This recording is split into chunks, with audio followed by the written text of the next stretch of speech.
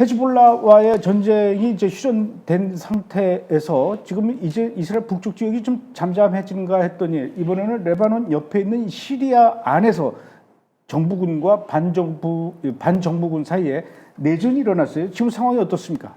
예, 매체에서는 지금 편의적으로 이제 정부군 반정부군이라고 설명을 하는데요. 모든 종파 테러 전쟁 만인에 대한 투쟁 상황입니다. 굉장히 복잡하게 돌아가고 있습니다. 크게 보면 이제 정부군 하면 아사드 정권을 지지하는 세력, 그리고 반정부군은 반아사드 정권 세력이라고 보시면 되는데, 문제의 발달은 이제 지난달이죠. 26일 날 시리아 북부에서 HTS라는 무장 정파가 북서부와 SNA 정파가 북동부에서 기습 공격을 해서 현재 시리아 북서부 제2의 도시 알레포와 이들리비 주 대부분을 장악했습니다. 근데 이제 한번 저 지도를 이제 보시면 아시겠지만요. 북서부 알레포 지역을 72시간 교전 끝에 HTS가 아사드군을 몰아내고 8년 만에 장악을 했습니다. 자, 초록색 지역이 이제 반아사드 찬환 지역이고요. 레드가 아사드 통제 지역이에요. 그래서 저 초록색 지역을 이제 HTS가 주 공격수로 이제 탄환을 한 것이죠. 그리고 초록색 지역 안에 보면 자그마한 짙은 초록색 원이 있습니다. 점이. 그게 바로 이제 HTS가 현재 주둔하고 있는 것이고, 수도 다마스쿠스와 불과 140에서 200km 떨어진 지역이 이제 반아사드 수준으로 떨어진 것이죠.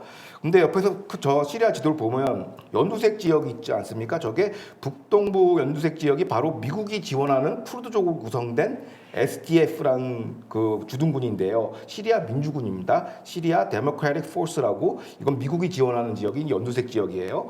그런데 그 SNA라는 시리아 국가군대, 시리아 내셔널 아미가 요번에 HTS랑 동시에 공격을 했어요. 근데 SNA는 저쪽 보시면 저기 북동부 맨 꼭대기에 저 초록색, 저 짙은 초록색 있죠. 저기서 뚫고 나와가지고 SDF를 연두색 지역을 반으로 갈라가지고 이제 알라포로 이제 진격을 한 것이죠. 그래서 이제 HTS의 후미와 이제 측방을 방어하면서 12개의 그 알레포 북부 지역을 지금 점령을 했습니다. 그게 이제 그 밝은 초록색이 지금 저기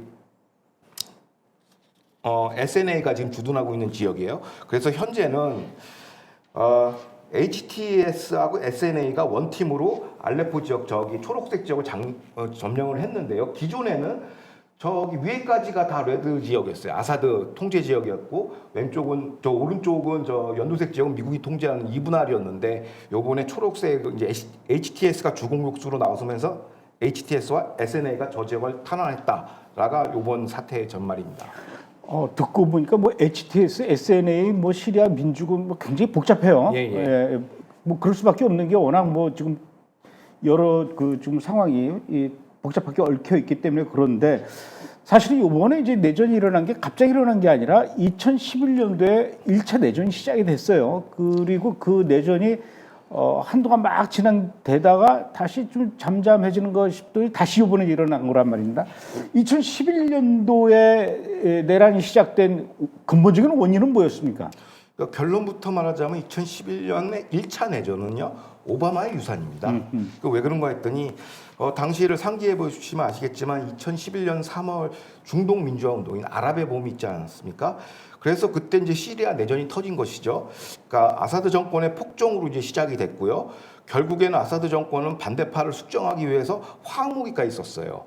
이에 대항하기 위해서 이제 시리아에서 내부 민초들이 일어나서 자유 시리아 군이라는 Free Syrian Army (FSA가) 이제 창설이 됐습니다.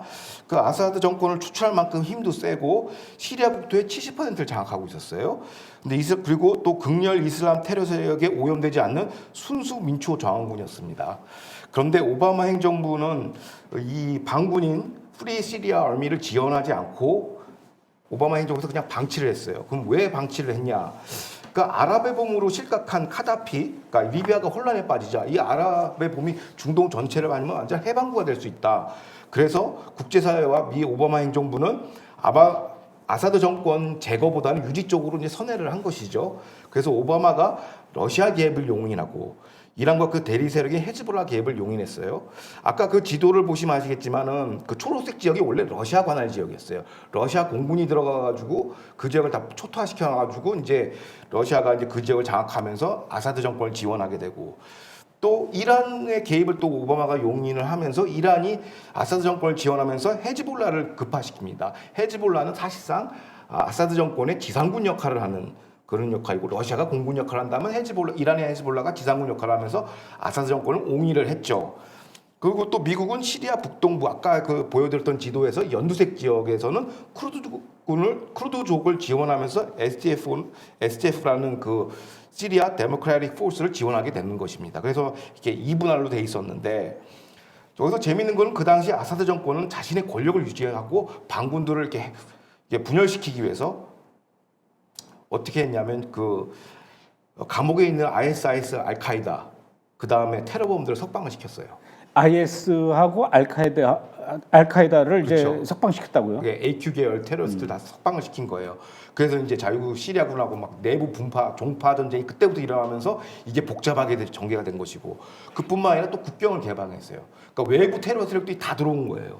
거기에도 물론 ISIS, 그다음에 그 알카에다 AQ 계열 세력이 있고 그다음에 또 우리가 잘 알고 있는 무슬림 형제단도 들어왔어요. 여기에. 그러니까 테러들을 어떻게 보면 천국이 된 것이죠. 아하, 이런. 그리고 허술한 국경을 통해서 유입이 바로 됐고 그래서 오늘날처럼 이렇게 복잡하게 됐는데 문제는 오바마가 자유시리아군 그 앞서 얘기했던 프리 시리아 어미라고 원조 반군이었는데 이걸 지원하지 않았어요. 그래서 이 원조 시리아 반군이 와해되면서 이제 테러들의 그 합종 연행이 돼버린 것이죠.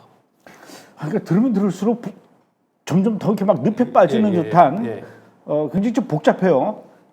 근데 이게 뭐 텔레비전이 아니라 유튜브니까 유튜브의 장점은 도무지 이해가 안 되면 다시 또 이렇게 땡겨가지고 되돌려가지고 이렇게 다시 보면 될 것 같아요. 한 2번 정도 이렇게 설명을 들어야 될 것 같아요. 그러나 어쨌든 듣다 보니까 지금 시리아 안에서 반정부군이 정부군을 좀 밀어내고 시리아의 일부 지역을 반정부군이 지금 점령하게 됐다 이 말씀인 것 같은데 이렇게 그 반정부군의 기습 공격이 이번에 가능했던 이유가 사실은 그 뒤에서 터키가 이 시리아의 반정부군에게 군수물자와 여러 가지 병참을 지원했다. 그래서 이런 일들이 가능하게 됐다. 이런 얘기가 있더라고요. 사실입니까? 그러니까 이제 터키 남부에서는 터키 이제 본연의 이제 문제가 뭐냐면 터키 남부 지역 그러니까 시리아 국경 지역이죠. 여기서 쿠르드족 계열의 테러리스트들이 준동을 했어요. 그게 또 이제 또 혼란스럽겠지만 또 PKK라는 테러 세력이 또 존재합니다. 그러니까 이 때문에 공을 썩고 있었고 시리아 내전이 터지자 시리아 북동부에 있는 쿠르드족들이 터키 남부 국경지에서 사고를 치기 시작합니다. 그리고 또 시리아 난민들이 다 터키 쪽으로 유입이 돼요. 근데 이 지역에서 이제 미국이 지원한 아까 얘기했던 시리아 민주 군대가 이제 쿠르드족을 기준으로 해서 이제 터키가 이제 맞대응하고 있었던 것이죠. 근데 이에 터키가 앞서 언급한 그 유일한 민초 반군이었던 자유시리아군 프리 시리안 아미가 있죠. 그게 이제 와해가 됐단 말이에요. 오바마가 지원 안 하고 이제 아사드 정권이 이제 회파를 시켜서 근데 이 잔존 세력들을 모아가지고 새로 만든 게 SNA 시리아 국가군입니다. 그 시리아 국가군이 요번에 알레포 공격에 같이 가담한 사람이죠. 그게 바로 터키의 지원을 받고 들어간 겁니다. 그래서 배후 세력이 터키라는 것이죠. 그리고 터키는 잘 아시다시피 무슬림 형제단의 본거지죠. 그러니까 수니파 테러 세력의 직결지로서 지금 현재 에르도안 대통령의 성향 자체도 이슬람 종주국 칼리피 패권을 지금 유지하려고 하고 있어요. 그래서 SDF가 아까 얘기했던 연두색 지역에 있던 쿠르드족한테 멸망당한 IS 부대들 있죠. 그 IS 군과 알카에다의 그 잔존 세력을 모아서 만든 게 HTS입니다. 그러니까 이 HTS를 누가 만들었냐? 터키가 만든 거예요. 그러니까 앞서 설명했던 그 알레포 지역을 점령했던 HTS 세력이랑 SNA 세력은 다 터키의 대리 세력이라고 볼 수 있는 것이죠. 잔존 세력을 모아가지고 터키가 돈 지원하고 군수 지원해서 그 세력을 대리 세력을 만들어서 요번에 알레포로 이제 침투를 한 것입니다. 그래서 대표적으로 이제 그러면 터키가 무슨 생각으로 이제 여기를 갑자기 이제 시리아 내전에 끼어들게 됐냐면은 대표적으로는 그 아까 얘기했던 그 초록색 지역이 원래 러시아 관할 지역이었거든요. 알레포 지역이. 근데 러시아가 우크라이나 전쟁으로 바빠지면서 러시아가 힘이 빠지기 시작하고 또 최근에 이스라엘이 이란의 그 시아파 초승달 벨트를 무차별 공습을 하지 않았습니까? 특히 헤즈볼라를 거의 괴멸 직전으로 몰아갔기 때문에 아사드의 지상군 역할은 헤즈볼라가 힘이 약해졌어요. 그 이란 세력이 힘이 약해지니까 이 권력 공백을 터키가 치고 들어온 거죠. 그 터키가 치고 들어온 그 두 대리 세력이 앞서 얘기했던 HTS와 SNA라는 세력입니다. 뭐 HTS, SNA 세력, 뭐 들으면 들을수록 저도 뭐 복잡해지고 예. 정리가 잘 안 되는데 어쨌든 좀 복잡해요. 예. 그런데 우리 앞서 우리 이준 PD도 이 시리아 내전 문제에 이란이 지금 개입하고 있다 이렇게 얘기를 했는데 또 반정부군은 터키까지 지금 또 이렇게 연결되어 있고 또 거기에다가 러시아까지도 또 연결되어 있고 굉장히 복잡해요. 그러나 어쨌든 지금 2025년 1월 달에 미국에서는 또 도널드 트럼프가 이제 대통령으로 이제 취임을 하게 되면서 앞으로 여러 가지 이제 국제 정세에 많은 변화들이 있을 것 같아요. 그렇다면은 뭐 시리아에 뭐 SNA고 HTS고 이건 둘째 나 잘 모르겠고 제일 갖고 있는 것은 이제 뭐냐면은 과연 이 시리아 내전 문제와 이스라엘과 앞으로 어떤 관계가 되고 어떤 영향을 미치게 될까요? 이제 지금 얘기 드린 테러 정파를 보면은 굉장히 난해하죠. 근데 이 테러 정파를 지배하는 그 어떤 그 종주국이 누구냐 보면 이제 이해가 쉽습니다. 지금 아사드 정권이 정리하자면 아사드 정권을 지탱하는 두 가지 세력이 있어요. 그게 이란과 러시아죠. 그리고 미국이 반을 차지하고 있고. 근데 여기서 러시아와 이란이 약화됐어요. 헤즈볼라가 이제 지상군 역할을 하는데 빠개졌어요. 그러다 보니까 이 빈 공간을 이제 터키가 치고 들어온 거죠. 그 설명하기 싫은 그 두 대리 세력을 통해서 이제 침투를 한 건데, 근데 사실 에르도안은 기존에 오바마 미국에 대한 불만이 많아요. 왜냐하면은 오바마가 러시아 시리아 내전 개입을 유도했을 뿐만 아니라 터키 국경선에 배치되어 있는 IRGC 이란 그 IRGC도 들어와 있었거든요. PKK도 들어와 있고 다 이걸 이제 이란이 지원을 하게 된 겁니다. 오바마가. 그래서 이 새로 취임한 트럼프 대통령은 이 복잡한 정파 게임에 들어갈 거냐 안 들어간다는 것이죠. 그래서 터키는 지금 새로 장악한 땅이 있지 않습니까? 알레포 지역을 이거를 두고 러시아하고 지금 딜을 할 겁니다.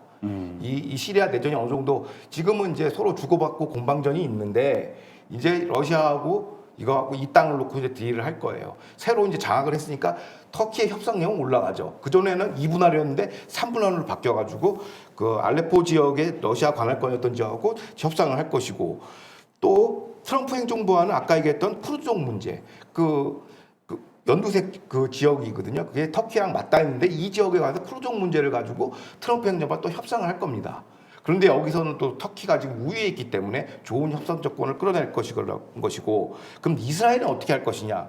이스라엘은 1차적으로 이란과 그 대리 세력 제거를 이제 마무리 져야 돼요. 이란 핵시설도 다 파괴하고 원유시설도 파괴하고 그러고서 나서 이스라엘 북부 국경과 맞닿아 있는 시리아 국경 있지 않습니까? 거기서 드루즈족이나 이런 그 잔존 세력을 통제해 가지고 버퍼 완충지를 만들어야 된다라고 보시면 됩니다. 그러니까 이스라엘하고 시리아하고 그 국경 사이에 완충 지역을 만들어야 그렇죠. 된다. 지금까지 얘기한 거는 시리아 북동부 얘기고 이스라엘은 남부 쪽에 맞춰 있지 않습니까? 시리아랑 골란고에서 보이는 지역. 그러니까 그 남부 지역을 이스라엘이 관할해야 된다라는 게 그게 이제 하나의 완충지죠. 그러니까 레바논의 경우는 이제 티라니 강 이북으로 내쫓은 것처럼 그래서 30km의 그 거리를 확보해 놨단 말이에요. 완충 지역으로. 네. 시리아도 역시 그렇게 해야 된다는 얘기인데 어떤 방식으로 그걸 완충 지역을 만든다는 얘기죠? 그러니까 이게 조금 높은 단계에서 얘기하자면 이제 트럼프의 글로벌 전략을 이해해야 돼요. 그 반중 포위 전략이잖아요. 그러면은 트럼프 입장에서는 중동에서 또 얘네들 종파 갈등하는 것도 중재하고 이러면 시간이 오래 걸린단 말이에요.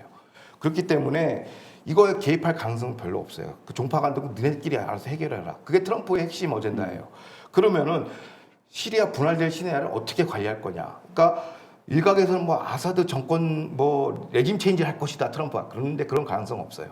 그러니까 현종 상태로 그냥 유지하고 공포의 균형만 만들어 놓는 게 트럼프의 방침이고 그럼 주변국에서 알아서 해야겠죠. 그럼 내전이 어떻게 마무리되는가가 중요한데 일단 이스라엘은 아까 말씀했던 그 완충지대 남부 지역 완충지대에 누가 많이 살고 있습니까? 드루즈족이 많이 살고 있죠. 그러니까 이스라엘은 드루즈족을 지원하면서 완충지대를 넓혀간다는 거예요. 이스라엘의 안보의 문제점의 본질은 뭐냐면 국경이 너무 좁아요. 바로 적군이야. 그러니까 이 완충지대를 좀 넓혀줘야 되거든요. 그래야 1차적으로 방어할 수 있는 진지가 있는데 직접 IDF가 들어가서 통제한다는 건 좀 말이 안 돼요. 국제법상으로 좀 논쟁거리고 남의 나라 국경에 들어가니까. 그래서 그 지역에 대사도 주거하고 있는 드루족을 활용하겠다라는 거예요. 드루족 아시겠지만 지난번 헤즈볼라 공격으로 그 축구장이 박살나지 않았습니까? 그 두루족 아이들이 많이 그렇죠. 희생당했죠. 그래서 이제 어떻게 보면 그 드루족 족장이랑 네트냐후를 악수하고 시리아 이란 세력에 대한 어떤 적대심이 이제 공통의 분모가 생겼어요. 그래서 드루족을 군수 지원하고 대리 세력을 키우는 거죠. 사실상 군수 지원하고 정보 정찰 자산을 지원해서 드루족을 버퍼존을 크게 만든다는 거죠. 이스라엘 남부 지역에. 그것뿐만 아니라 앞서 그 지도에서 봤던 그 연두색 지역이 이제 쿠르드족이 있거든요. 근데 지금 터키가 지금 신이 났어요. 막 시리아 전체를 다 먹으려고 지금 하는데 먹으면 체하죠. 그래서 그 준동하는 터키, 그러니까 이란이 빠지니까 터키가 이제 준동하는 겁니다. 그 터키를 견제하기 위해서는 그 북동부 국경에 있는 쿠르드족을 누가 이용해야 되냐? 이스라엘이 또 쿠르드족한테 드루족 이용하는 것처럼 쿠르드족한테 군수 자원 지원하고 이게 과거 미국의 역할이었거든요. SDF 포스를. 요거를 대신 이제 이스라엘이 지원하면서 또 터키의 준동을 막겠다라는 거예요. 터키의 준동을 왜 막냐? 무슬림 형제단 소속이기 때문에 그래요. 그렇기 때문에 북동쪽과 남부를 이스라엘이 버퍼존을 크게 가져간다. 이게 이런 전략적 플레이를 갖고 움직일 것이라고 현지 전문가들은 분석하고 있어요. 그러나 이걸 하려면은 궁극적으로는 이란을 먼저 제거해야 돼요. 이란 제거하고 새로운 질서에 대한 이제 방안이 방금 이제 설명해 드린 거고 결국에는 이란을 제거한다고 사람들은 뭐 평화가 올 것이다. 그렇지 않아요. 중동은.